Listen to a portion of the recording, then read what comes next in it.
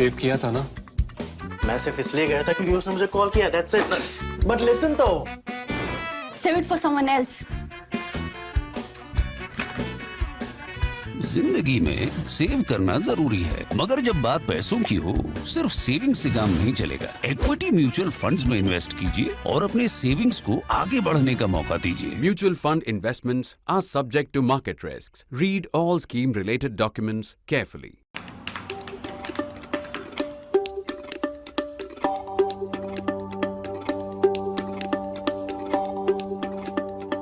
What does it tell us about the state of our national politics when the ongoing election battle in Gujarat seems the most underwhelming in decades, beginning with Modi's first in 2002?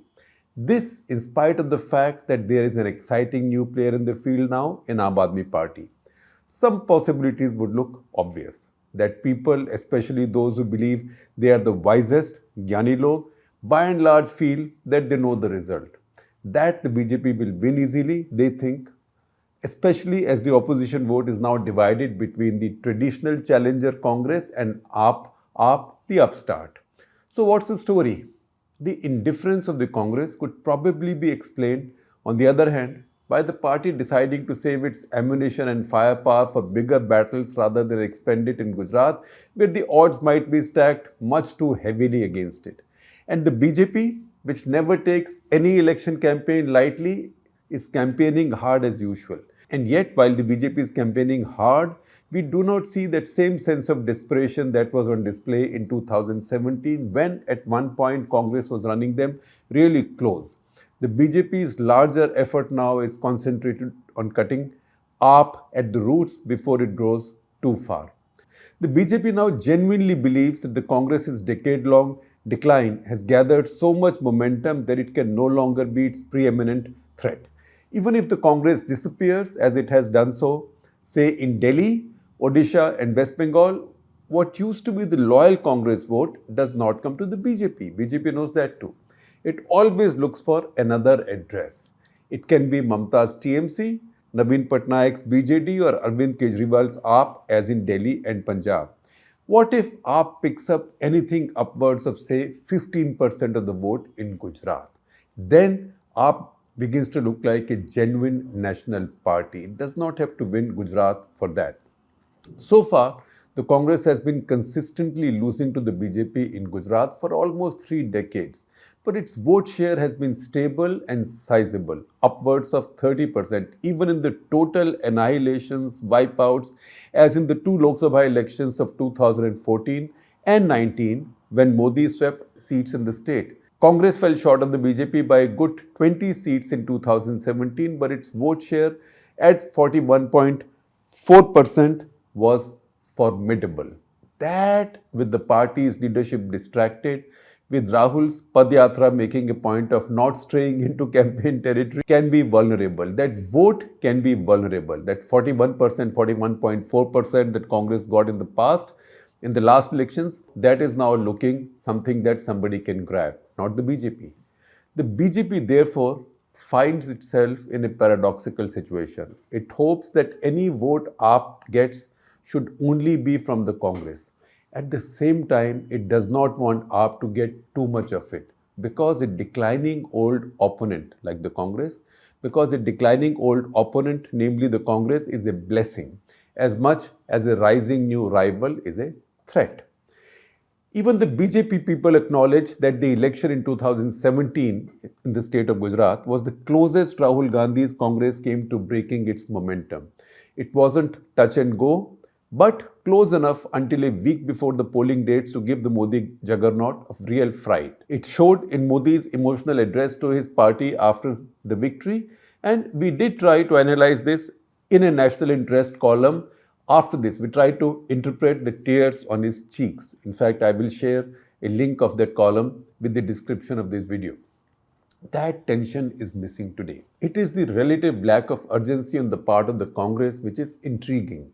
The answer you get depends on who in the Congress you are speaking to. There are some brave ones who would insist that so strong is the anti-incumbency in both Himachal and Gujarat that the BJP will be defeated without too much effort from them. Himachal in particular. There are also those closest to Rahul who argue, see, he's realistic and wise, he's honest also. He has figured that it works better for the BJP if an electoral contest is cast today as Modi versus Rahul. So, for now, Rahul has pulled himself out of the way.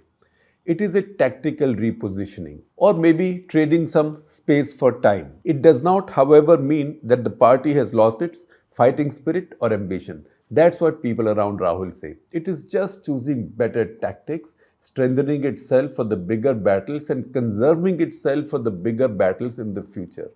Those who claim to have a closer understanding of the party's mind would argue that instead of fighting Modi piecemeal and losing, one battle, Rahul is building a larger challenge with clear ideological binaries for 2024.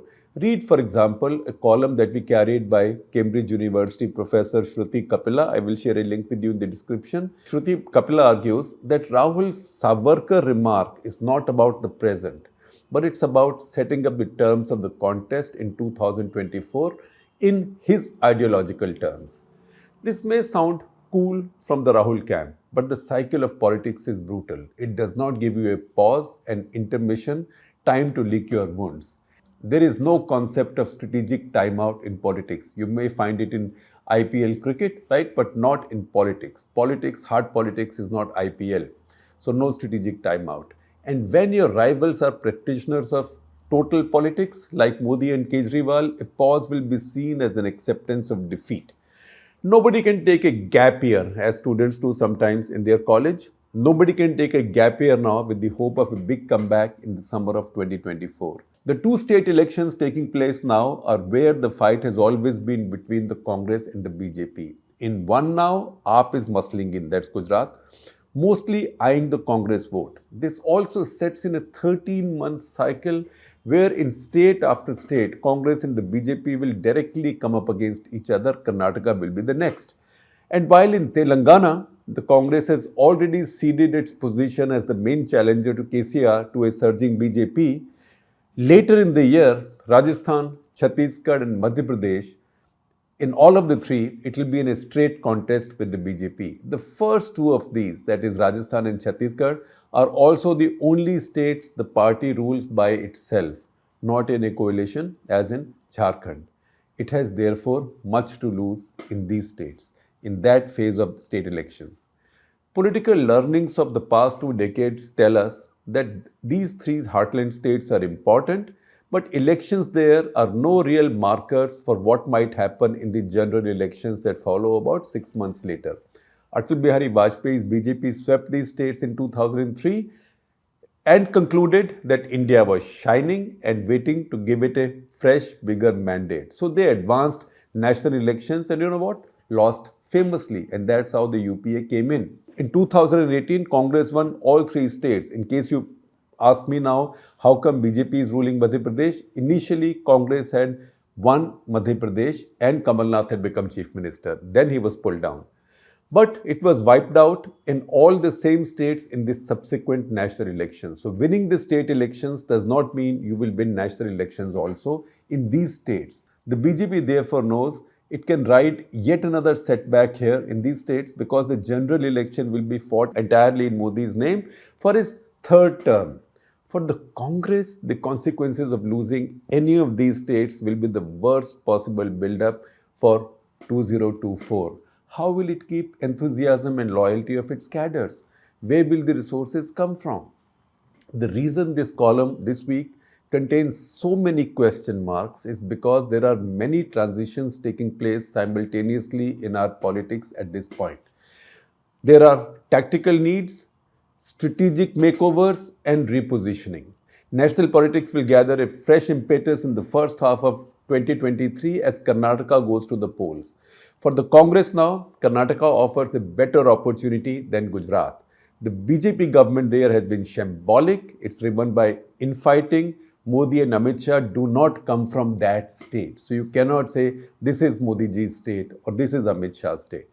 I'd rather not buy the Rahul camp idea that he is holding his fire until the general elections. That is too far. It is more likely that his party believes that Karnataka offers them their best chance of winning a Gujarat-sized state exactly a Gujarat-sized state if Gujarat itself is too challenging. That win, if it comes, might also be a good time for the Congress people to make yet another relaunch of brand Rahul. He does not have a trophy in his cupboard since the winter of 2018. That was a long time back.